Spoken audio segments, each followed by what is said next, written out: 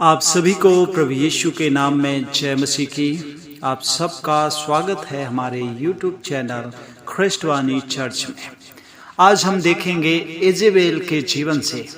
Jezebel कौन थी, उसने क्या किया और इजेबेल से हमें क्या सबक मिलता है। हम इन 3 विषयों पर चर्चा करेंगे और बाइबल वचन के अनुसार देखेंगे कि वो कौन थी, उसने कैसे काम किए और उससे हमें और आपको क्या सबक लेना है। तो आइए हम इस कहानी में बढ़ते हैं आगे। इससे पहले आप हमारे चैनल को सब्सक्राइब करें और बेल को ऑल पर करें ताकि आने वाली वीडियो की नोटिफिकेशन आपको मिलती रहे। तो आइए बढ़ते हैं हम आगे। सबसे पहली बात, इजेबेल कौन थी? वह इज़राइल के राजा अहाब की पत्नी थी और वह इज़राइली नहीं थी और यहोवा की उपासना भी नहीं करती थी।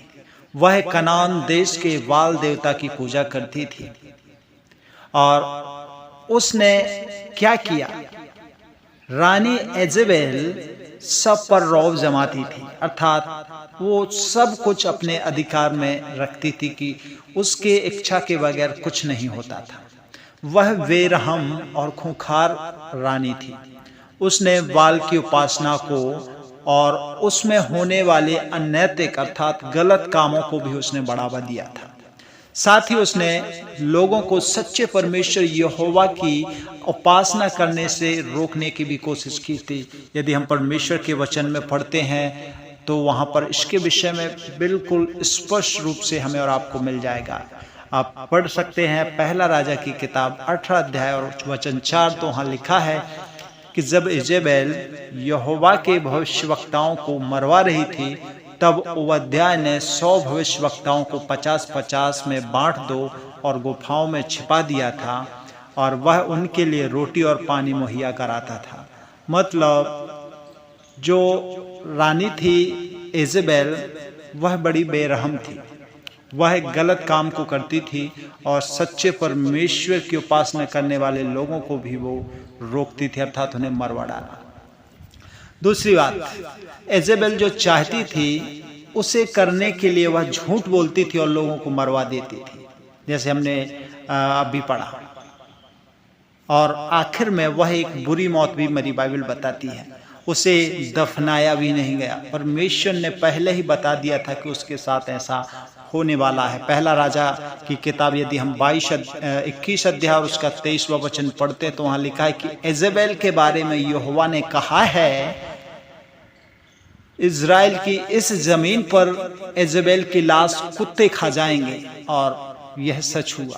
आप दूसरा राजा 9 अध्याय और वचन यदि उसका 10 वचन पढ़ते हैं तो वहां इस प्रकार से लिखा हुआ है कि इजेबेल की लाश को इज़राइल के जमीन के उस टुकड़े पर कुत्ते खा जाएंगे और उसे कोई नहीं दफनाएगा। इतना कहकर उसने दरवाजा खोला और भाग गया। 32 और 37 वचन में 9 अध्याय के पढ़ते हैं तो वहां पर लिखा है कि येहू ने ऊपर खिड़की की तरफ देखकर कहा, कौन है मेरी तरफ, कौन? फौरन ऊपर से 2-3 दरबारियों ने उसे देखा और येहू ने उनसे कहा, उस औरत को नीचे फेंक दो। और दबोरियों ने उसे नीचे फेंक दिया और उसके खून के जो छींटे थे वे दीवार पर और घोड़ों पर पड़े। यहू ने अपने घोड़ों से उसे रौंद दिया। इसके बाद यहू अंदर गया और उसने खाया पिया और उसने कहा, उस शापित औरत की लाश ले जाकर दफना दो, आखिर वह एक राजा की बेटी जो है। मगर जब वे उसे दफनाने के लिए वहां गए तो उन्होंने देखा कि वह सिर्फ उसकी खोपड़ी और हथेलियां बची हैं। जब उन्होंने लौटकर यह बात यहू को बताई तो उसने कहा, आज यहोवा का वह वचन पूरा हुआ जो उसने अपने सेवक तिशबे के रहने वाले एलिय्याह से कहलवाया था, इज़राइल की इसी जमीन पर कुत्ते इजेबेल का मांस खाएंगे और उसकी लाश इज़राइल की जमीन पर खाद बन जाएगी, ताकि कोई यह ना कह सके यह इजेबेल है। तो मेरे प्यारे भाइयों बहन, इजेबेल बड़ी भयंकर मौत मरी और उसे दफनाया भी नहीं गया। उसकी लाश को कुत्तों ने खाया। इजेबेल से हमें क्या सबक मिलता है मेरे प्यारे भाइयों बहन? इजेबेल एक बुरी औरत थी और उससे हमें सबक लेना चाहिए। वह बदचलन थी और वह जो चाहे उसे पाने के लिए किसी भी हद तक गिर सकती थी। वह इतनी बदनाम थी कि ऐसी हर औरत को जो इजेबेल कहा जाने लगा, जो उसकी तरह बेशर्म और बदचलन होती और बेधड़क होकर जो चाहे वह करती थी। तो यह थी इजेबेल रानी की कहानी। आपको ज़रूर अच्छी लगी होगी। यदि आपने सुना है और आपको अच्छी लगी है तो आप हमारे चैनल को ज़रूर सपोर्ट कीजिए, लाइक कीजिए, शेयर कीजिए। और आपको अपने जीवन में इस कहानी के द्वारा कौन सी प्रेरणा मिली, कमेंट करके ज़रूर बताइए। प्रभु आपको आशीष दे। God bless you.